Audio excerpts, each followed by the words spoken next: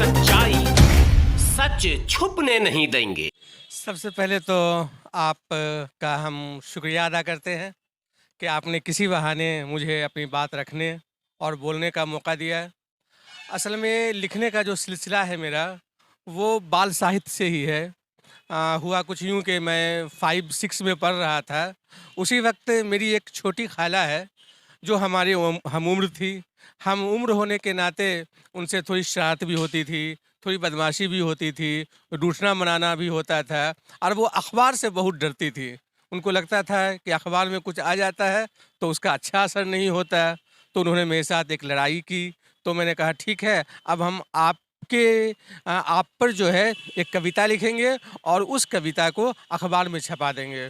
और फिर ऐसा ही हुआ, मैंने एक कविता लिखी, पहली कविता, जिसका शीर्षक था मेरी छोटी खाला।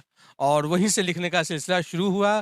फिर मैं आगे बढ़ता चला गया और जितनी भी बाल पत्रिकाएं हैं, जैसे नंदन, बाल भारती, बाल हंस, इसमें लिखने का सिलसिला कंटिन्यू जारी रहा। शुरुआत तो मैंने कविता से की, फिर धीरे धीरे मैं कहानी की तरफ चला आया।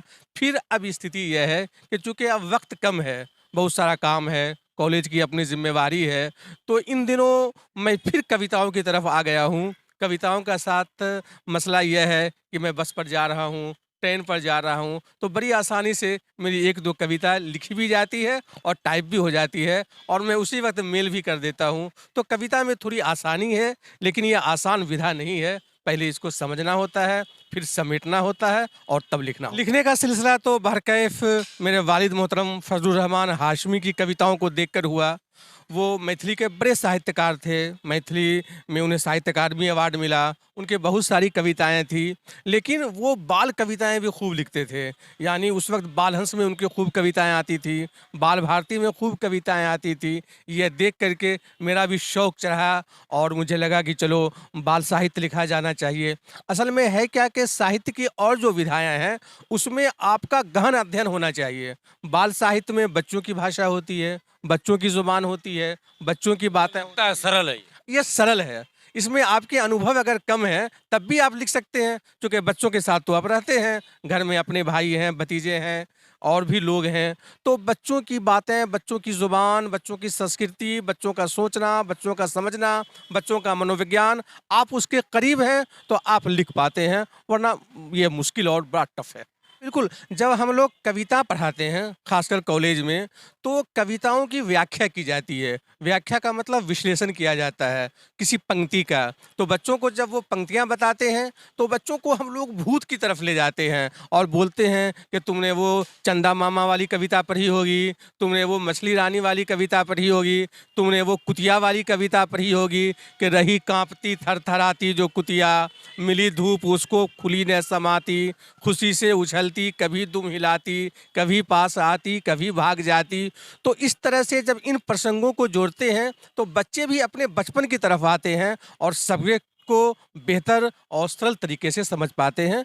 तो लिखने का फ़ायदा पठन और पाठन में यकीनन तौर पर होता है। बाल कविता के रूप में कोई पुस्तक आपका जो जिसका विमोचन हो चुका हो, जो बाजार में उपलब्ध हो? अब बाल कविताओं की मेरी 3 पुस्तकें हैं। कुल मेरी पुस्तकों की संख्या 9 है। उसमें 2 हिंदी गज़ल की पुस्तक है, एक प्रवीण शाकिर की शायरी है जो आलोचना की पुस्तक है, एक हिंदी गज़ल का विकास है जो आलोचना की पुस्तक है। लेकिन 3 पुस्तकें मेरी बाल कविताओं की है। पहली पुस्तक का नाम है चाँद हमारी मुट्ठी में है और दूसरी पुस्तक उर्दू की है, मैं आप ही से नहीं बोलती। मैं बता दूं कि यह पुस्तक बिहार सरकार ने प्रकाशित किया है। बिहार सरकार का ग्रांट्स मिला था और उसी ग्रांट्स के द्वारा ये पुस्तकें वहाँ सेलेक्ट हुई और प्रकाशित हुई। और तीसरी पुस्तक जिस पर आज मुझे पुरस्कार मिला है, आर.सी. प्रसाद साहित्य शिखर सम्मान, ये हमारी तीसरी बाल साहित्य की पुस्तक जो 2 महीने पहले ही प्रकाशित हुई है और जिसका शीर्षक है कि आखिर चाँद चमकता क्यों है, उस पर ये सम्मान दिया गया है।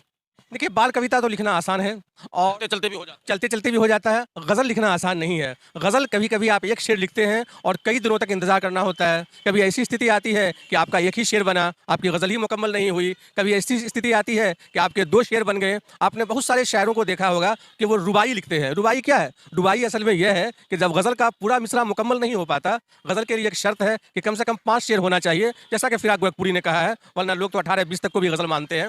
तो अब 5 शेर है तो 5 शेर हो ही नहीं रहा है, 2 शेर पर जाकर मामला अटक गया। तो राइटर क्या करता है कि उसको रुबाई का नाम दे देता है। लेकिन बाल कविता नहीं है। बाल कविता बड़ी आसानी से लिखी जाती है। अरब में एक कहावत है कि जिसे 100 शेर याद हो, वही एक शेर लिख कर देखे। आप समझ सकते हैं कि शेर लिखना बहुत कठिन है। उसमें भावों की गहराई चाहिए, उसका एक अपना स्ट्रक्चर है, काफिया है, रदीफ है, बहर है, और यह मुश्किल फ़न है। अगर गज़ल या शेर पढ़ते हुए आपको वो शेर याद नहीं हो जाए, आप अपने भविष्य में कहीं गुम नहीं हो जाएँ, आप अपने कहीं ख्यालों में गुम नहीं हो जाएँ, तो भरकफ ये कोई शायरी-वायरी नहीं है। शायरी में गहराई होना उसकी पहली और आखिरी शर्त है। हाँ, मैं तो सबसे पहले अपने वालिद का ही नाम लूँगा, जो उर्दू, हिंदी और मैथिली तीनों ज़ुबानों में एकसा तौर पर लिखा करते थे, और ज़ाहिर है कि मैं उन्हीं से प्रभावित हुआ। असल में उर्दू तो एक माहौल है, घर का माहौल है, घर की ज़बान है, घर के सब लोग उर्दू बोलते हैं, तो उर्दू सीखना आसान था। लेकिन ऐसा नहीं है कि सिर्फ़ घरेलू ज़ुबान हमारी उर्दू है। मैंने निसाबी तालीम में भी उसे शामिल किया है। बीए में भी एक सब्जेक्ट मेरा उर्दू था। आप असल में है क्या कि उर्दू और हिंदी दोनों एक ऐसी बहनें हैं कि आप एक दूसरे को छाँट कर नहीं चल सकते। अगर आप अच्छी उर्दू जानते हैं तो आप अच्छी हिंदी जानते हैं, और आप अगर अच्छी हिंदी जानते हैं और उर्दू नहीं जानते हैं है। ऐसा देखने को मिलता नहीं है। तो जी, जी। तो मैं ये कह रहा था कि आप कभी अच्छी हिंदी नहीं लिख सकते हैं। आप गज़ल को गज़ल बोलेंगे, ज़मीर को ज़मीर बोलेंगे, आप जो है आशिक को आशिक बोल देंगे, नज़्म को नज़म बोल देंगे। मतलब ये है कि आप कभी एक अच्छी हिंदी बिना उर्दू के नहीं लिख सकते। और जब दोनों भाषाएँ आती हैं, जैसे मैं बताऊँ कि मेरे वालिद मोहतरम ने बताया था, जब हमारी हिंदी ठीक नहीं थी, तो मेरे वालिद मोहतरम ने एक टिप्स दिया। क्या टिप्स दिया? उन्होंने कहा कि जब उर्दू में पेश का इस्तेमाल होता है, तो हिंदी में हर्षुकर का इस्तेमाल होता है। अब ये 90% प्रॉब्लम सॉल्व था कि जैसे हम गुल लिखते हैं तो उर्दू में पेश का इस्तेमाल करते हैं, तो ज़ाहिर है कि जब हिंदी में लिखेंगे तो उसमें हर्षु कर देंगे, गया हर्षुकर और लय गुल, ये आसान है। फिर मेरे वाहिद मोहतरम ने बताया कि उर्दू में जहाँ वाव का इस्तेमाल होता है, वहाँ हिंदी में दुर्गुकर का इस्तेमाल होता है। आज भी जब कहीं हम फंस जाते हैं, कोई भी आदमी मुकम्मल नहीं होता, हम में भी गलतियां हो सकती है, हम भी किसी शब्द का अर्थ नहीं जान सकते हैं, हम में भी व्याकरण का दोष हो सकता है, तो हम सीधे वो उर्दू की तरफ मुतवज्जह होते हैं और देखते हैं कि ये लफ्ज़ उर्दू में कैसे लिखा गया है, और जब उसको हिंदी में ढालते हैं उस व्याकरण से, तो फिर आसानी से यह हो जाता है। भाषा तो भरकैफ सीखने की चीज़ है, जो भी आदमी सीखता है उसे हासिल होता है। दिलचस्पी होनी चाहिए, भाषा को धर्म से नहीं बांधना चाहिए, भाषा को अपने विचार और अपने क्रांति से बांधना चाहिए। आप देखेंगे कि देश की आज़ादी के समय उर्दू हिंदी का कोई मसला नहीं था। फिराक गोरखपुरी या आज के फिर गोपीचंद नारंग या उस वक्त के प्रेमचंद, उर्दू हिंदी का कोई मसला ही नहीं था। लेकिन अब हम लोगों ने उर्दू हिंदी का मसला पैदा कर दिया, सिर्फ इसलिए कि उर्दू को मुसलमानों की ज़ुबान मान ली गई, जबकि उर्दू खालिस हिंदुस्तानियों की ज़ुबान है। उसकी परवरिश, उसकी पैदाइश और उसकी सारी संरचना जो है, उसका जो व्याकरण है, हिंदी उर्दू का व्याकरण भी अलग नहीं है। जो संज्ञा यहाँ है वही संज्ञा वहाँ है। नाम का फिर फ़र्क है कि यहाँ इसम बोलते हैं, वहाँ संज्ञा बोलते हैं। कोई मसला नहीं है और यह विवाद भी नहीं होना चाहिए। एक दूसरे की भाषा एक दूसरे को मजबूती प्रदान कर रही है, और शायरी में तो खैर ये लाजिम है। शायरी अगर आप करते हो, उर्दू नहीं जानते हो, तो भरकैफ कहीं ना कहीं एक कसक, मेयारी शायर नहीं हो, आप मेयारी शायर नहीं हो सकते हैं। आप देखेंगे कि जितने भी हिंदी ज़ुबान के शायर हैं, उन्होंने उर्दू की थोड़ी बहुत तालीम हासिल की है। लता मंगेशकर का नाम सबने सुना होगा। लता भी जब फिल्मी दुनिया में गई थी तो उन्हें बताया गया था कि पहले आप उर्दू सीख लें, वरना आप तलफ़ुज़ नहीं सीख पाएंगे। आप मोहम्मद रफ़ी का नाम जानते होंगे। रफ़ी पढ़े लिखे नहीं थे, बिल्कुल पढ़े लिखे नहीं थे। उन्हें जो है हर लफ्ज़ पर मशक़ कराया जाता था, और तब जा कर के वो अच्छी उर्दू बोल पाते थे। तो प्रोनाउंसिएशन सही होने के लिए, उच्चारण सही होने के लिए, जो है लफ्ज़ की अदायगी बेहतर हो, इसके लिए उर्दू लाजमी। हाँ, बिल्कुल उर्दू लाज़मी है। अच्छा, कई बार तो आपको पता नहीं होता कि आप उर्दू बोल रहे हैं या हिंदी बोल रहे हैं। आप इनकलाब जिंदाबाद बोल रहे हैं, इनकलाब जिंदाबाद उर्दू को हटाइए। अब आप सोचिए कि इनकलाब उर्दू, जिंदाबाद उर्दू, उर्दू उर्दू, हटाइए उर्दू।